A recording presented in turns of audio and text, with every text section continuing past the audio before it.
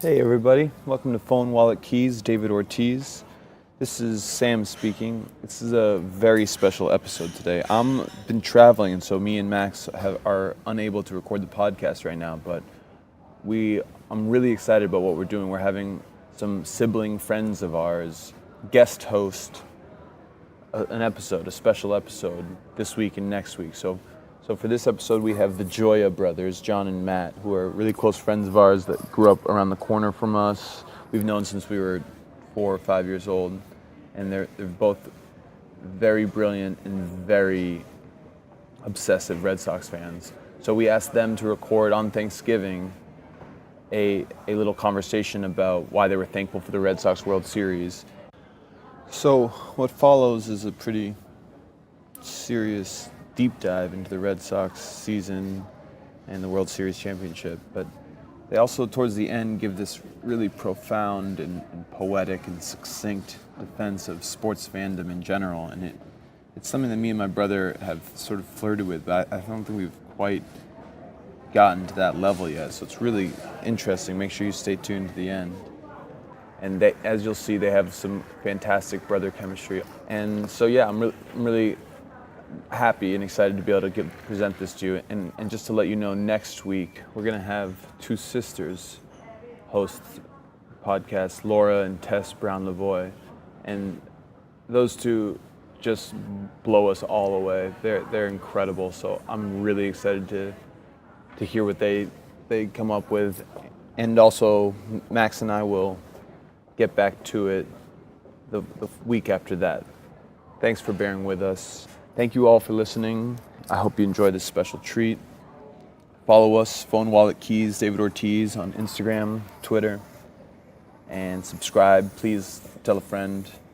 And thank you all. Without further ado, here's John and Matt. But first, baby, I'm an anarchist. Cross me up!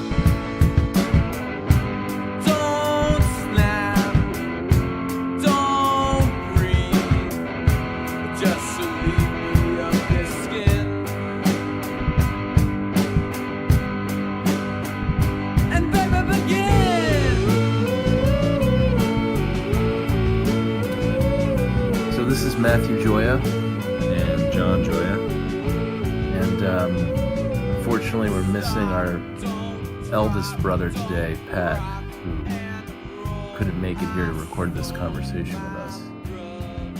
But it's really great to be asked to do this by Sam and Max.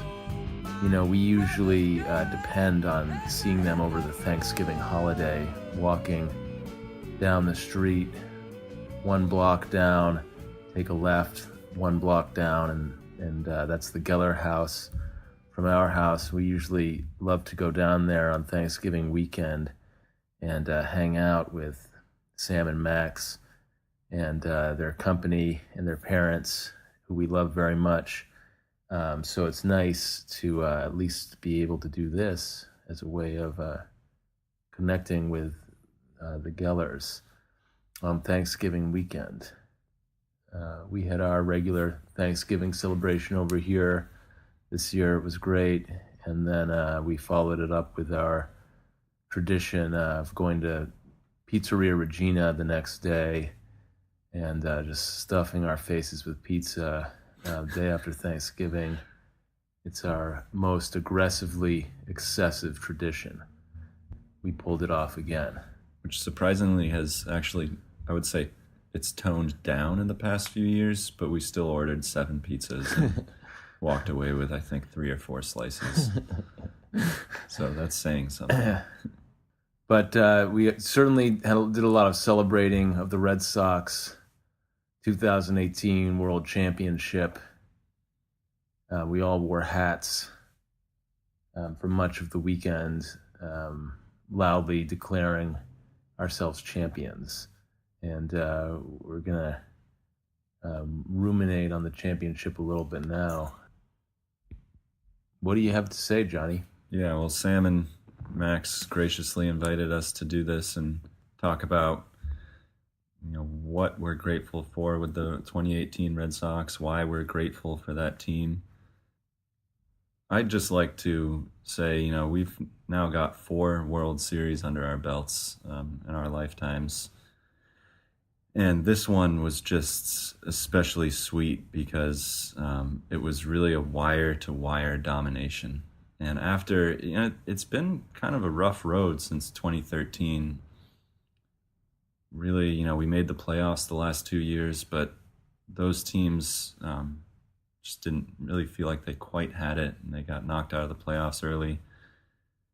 And 14 and 15 were just such disappointing years. And I remember in March during spring training, our father Randy and I were just talking about how we wanted nothing more than a wire-to-wire domination of the season. Stress-free. Stress-free, great team, World Series win, no messing around. And it's just unbelievable that we got that. Yeah. Randy got his wish. He got his wish. We all got our wish. So, each World Series, I guess, is a little bit different. And now we have experienced one like this, which, happens every now and then. I guess you see the best team win, but it's nice to be on the winning side of that. Are there any particular things from the playoff run, Johnny, that you think stand out from the other championship runs that you think that you're particularly grateful for? Well, during the playoffs, we barely even got nervous. A couple things here and there, but we were out ahead most of the time, and that was really nice. Right. After game 1 of the ALCS, we were nervous. Definitely. And then during game 4 of the World Series, we were nervous until Mitch Moreland slammed that pinch hit 3-run home run down the throats of those idiots in the bleachers at Dodger Stadium. Right. Yeah, that was just fantastic. But we were just, out ahead most of the time. You look back at 04. Of course, we all know what the Red Sox had to go through for that playoff run. 07, they were down 3-1. 13, I see that championship series in 13, and even the World Series is more of a just, bloodbath kind of series. And you just didn't get that here. So that was just so nice. Plus, as much as I loved the 13 team, and I did really love that team, Koji Uehara, Mike Napoli, etc., the competition wasn't as good. The Tigers were very good, but they weren't as good as the Astros were this year. I don't think the Cardinals were as good as the Dodgers, and then the Tampa Bay Rays certainly were not as good as the 100-win Yankees, which the Red Sox pounded into the dirt. Yeah. And stomped on their hearts. Just in a fantastic fashion with a 16-1 throttling in Yankee Stadium. Right. I remember seeing some headlines after that game, like did the Red Sox break some unspoken rules by piling on the runs? I just couldn't believe the ignorance of the sports writers. They don't understand the rivalry. And what are you supposed to do? Intentionally strike out or something? I don't know.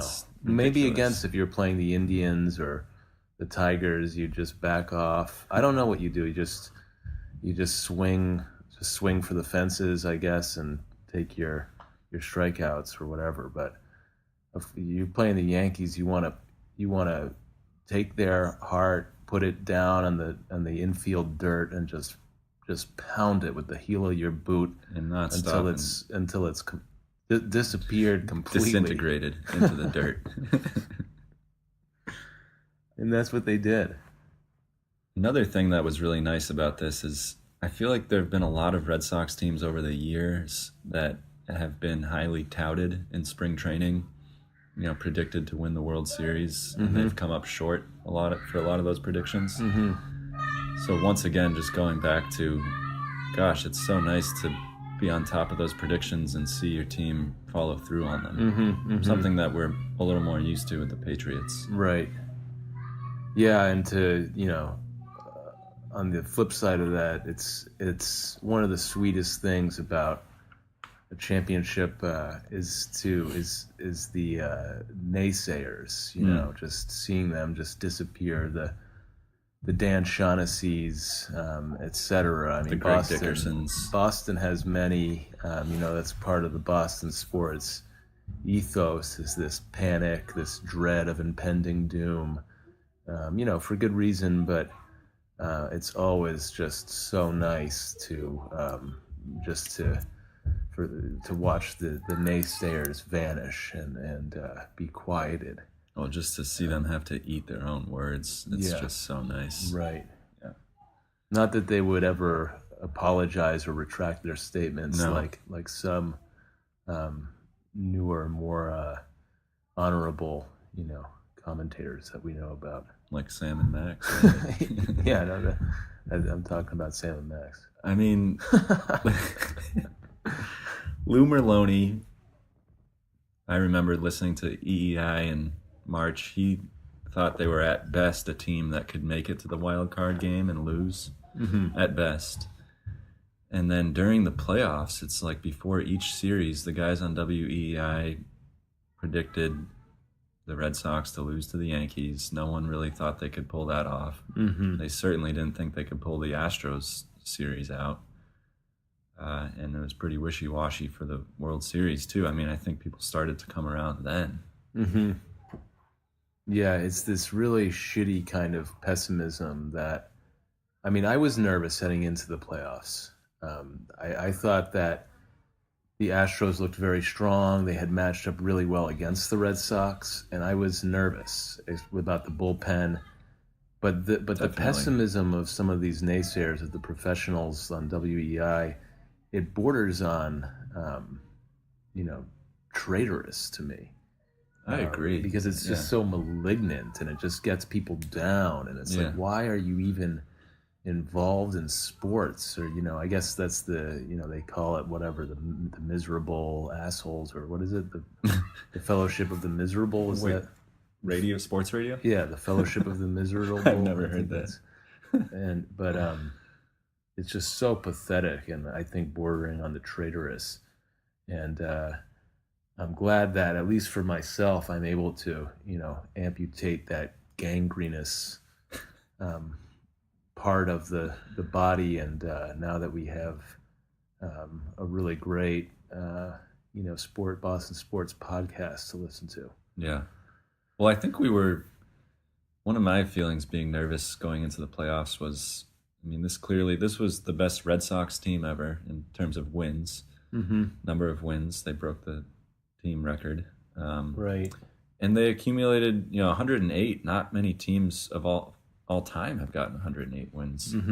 So to me, it almost felt like there were some parallels with the undefeated team in 2007. Right. And that was, obviously, we don't really need to go into that, but I was just kind of had the same, that's what was making me nervous. Yeah, it's I like agree. There were such high expectations. I had the same anxiety, because that's right. Yeah, when the expectations are, I mean, that loss that the Patriots took during their undefeated season, that's still, it's like an open wound on my thigh. It's still oozing pus and blood, and it's infected with sepsis, and it could still, can kill me any day. 10 years later, it's still that fresh wound. Yeah, no, And if it I hurts think of it, I every day. immediately have a pang in my heart.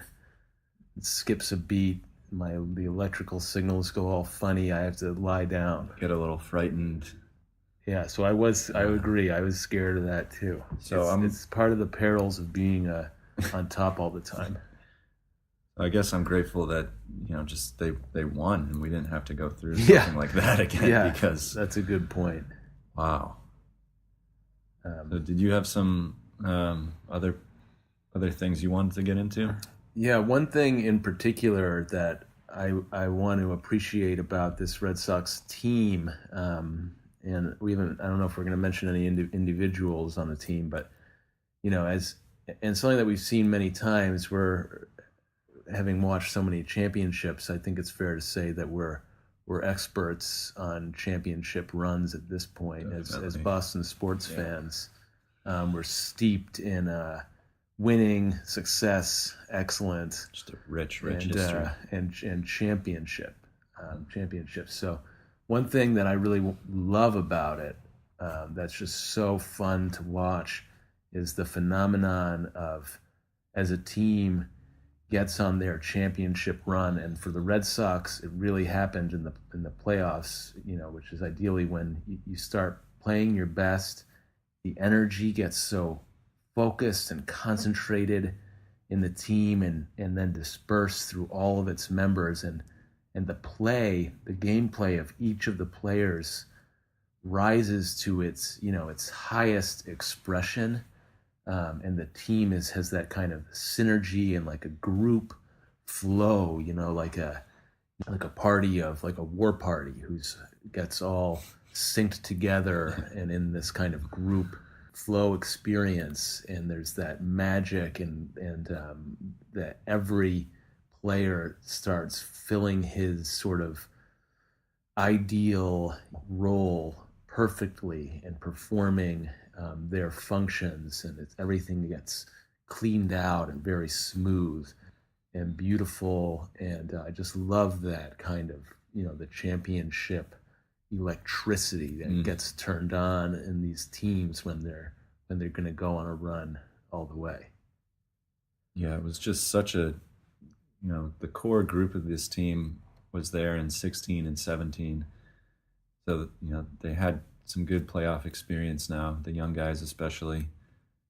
But the difference this year, I mean, this team just, it's like, you just saw it in their faces and the way they would celebrate. It's like they just knew that where they were going. Yeah, they were not going to lose. Yeah, and you could just see it. And we said a lot throughout the playoffs. Anytime the other team scores, you got to respond right away, and it seemed like the Red Sox did that. Yeah, constantly. Right, every time. Just unbelievable, just refusing to quit. Mm-hmm. Are there any specific players that you feel like haven't gotten enough praise, or anything that anything unsung that you want to mention about either a particular player or a particular moment from the run? Well, I feel like a lot of the guys have gotten a lot of praise. Yeah. I'm thinking Sandy Leone. I think he played an integral role in this team. The two catchers. Nice, Sandy, yeah. The two catchers together. Uh-huh. I mean, Christian's always been kind of under the radar, I would say. Yeah. And Sandy Leone pretty much as well. But I think the way that they handle the pitching staff doesn't get enough credit. That's a really good point. Yeah, they're kind of always, I guess, as catchers usually are. They're kind of an afterthought. You take them for granted a lot. And I guess it's much harder to see and appreciate exactly what they're doing. So much of it is behind the scenes, but even though the camera's right on them the entire game. But everything I did hear about Sandy is just his preparation was amazing. You hear about guys like Chris Sale, not shaking him off at all year because he's just so well prepared. He knows how to attack each hitter. Yeah. I think of Raffy Devers. Not that he didn't, hasn't been praised or gotten credit, but the things that he did, the clutch hitting he had in the ALCS and the World Series, he's like a child. What is he, 20? He looks 21? so young. Yeah, 20 maybe. He's like a child, he's in this a big baby in the big hard world, and he stepped up and performed like a hero. So he always, I think of him a lot when I think of the run, and also how similar he is in his actual appearance, and I think in his energy to the super what is it? The Teenage Mutant Ninja Turtle, Raphael.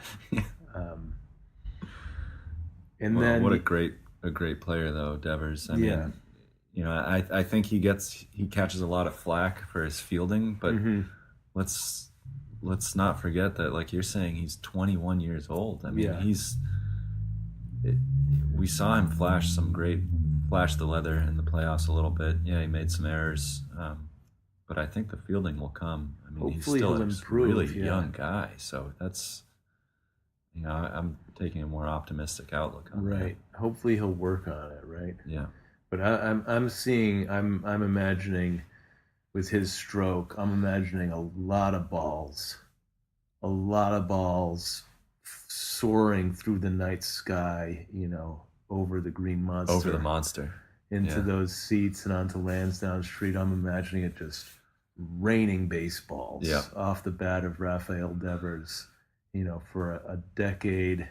I mean, plus 2 decades to come. I mean, talking about gratitude. I'm grateful that we didn't. I don't know how close they were to being able to do this, but I'm so glad that they didn't trade him for Manny Machado. Right. God. Yeah, he was better than Manny Machado. Yeah. I mean, Machado, I'm excited to see what team he ends up with, because I don't know,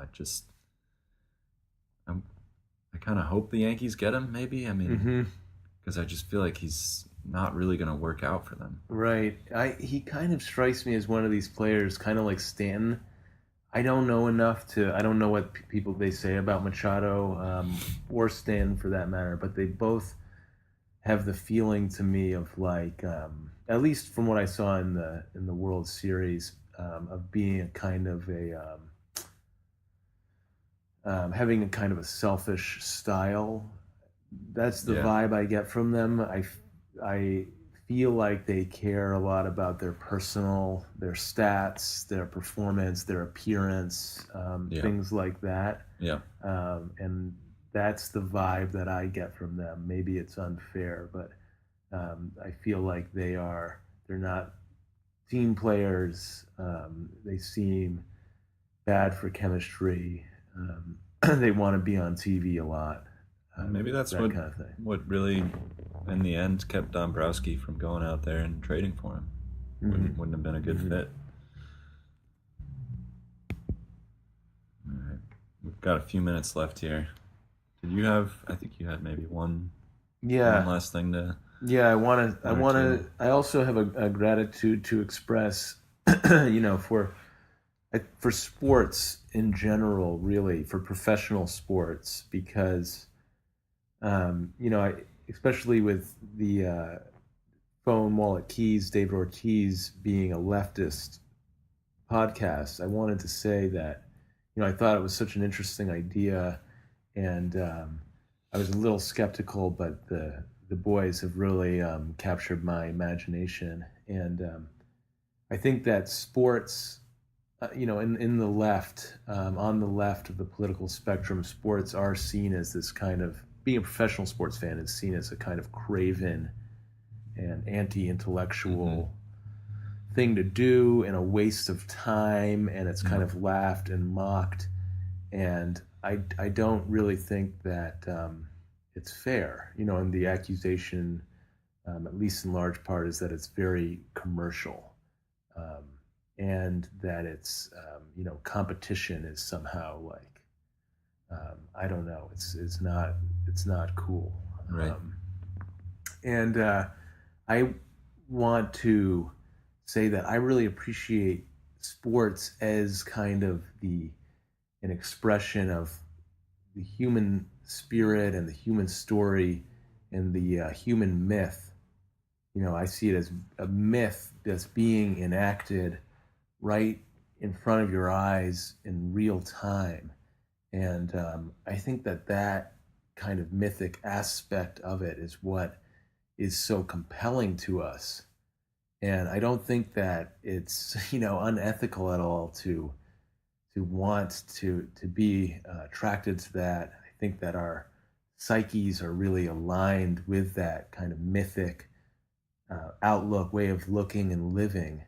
And I think that we find it, we can find it in sports, and not many other places in our world that, for most of us, our daily life is bereft of that kind of mythical aspect. So I really appreciate sports for maintaining that, almost as like an ancient practice for maintaining that connection to myth and to the mythic way. And so I wanted to say that into the record. Yeah, and for me, along those lines, sports is a way for us to enter and be a part of a community. Being a sports fan, being a Patriots fan, a Red Sox fan, in our cases, you can really form the foundation of certain friendships or groups of friends, and that's community, feeling like you belong to something. That's one of our most basic human needs. And being a fan of the Red Sox offers that to me. We come together with, I think our love of Boston sports has really enriched our friendship with the Geller boys over the almost 30 years that we've known them. Yeah, absolutely. It can give you that kind of stand-in for like tribal identity, to sublimate that energy. I also think that each team also has its own myth. The sports I see as a myth, and then each team has its own myth.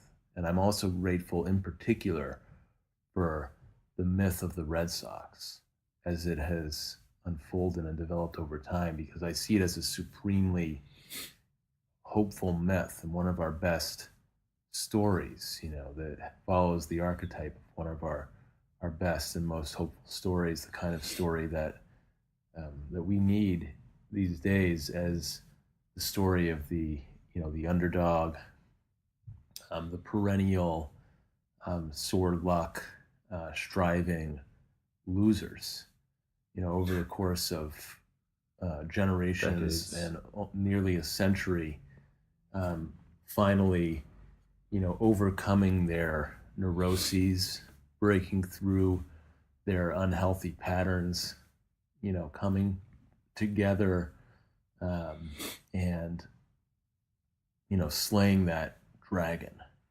and then kind of proving that life is not a fate de accompli, and that there is always the possibility, no matter how wrong you've gone, of always turning around and getting on the right road and getting into the winning column. And doing it together, and then staying there too. So I love the story of the Red Sox, and I want to offer it to the world and to the poor, ignorant sports fans from elsewhere, from the rest of the country. I'd like to offer it to them as a beacon of hope for them. Doesn't have to be our story as Red Sox fans. As we continue to stuff our vaults with gold from all these championships. Yeah, no, you couldn't have said it better. I totally agree. Should we wrap up here? All right. Signing off here. Thanks so much, Sam and Max, for the opportunity to appear on your show. Yeah, and John D., I'm glad we got a chance to sit down and have this, quiet conversation over here in this quiet corner of our parents' house, and hash things out together in a more, focused way. It's great. Very good. Love you, brother. Love you too. And we just hugged there. So, thanks, Sam and Max, for inviting us. Love you guys. And, love you guys. Across the airport last time. we'll talk to you soon.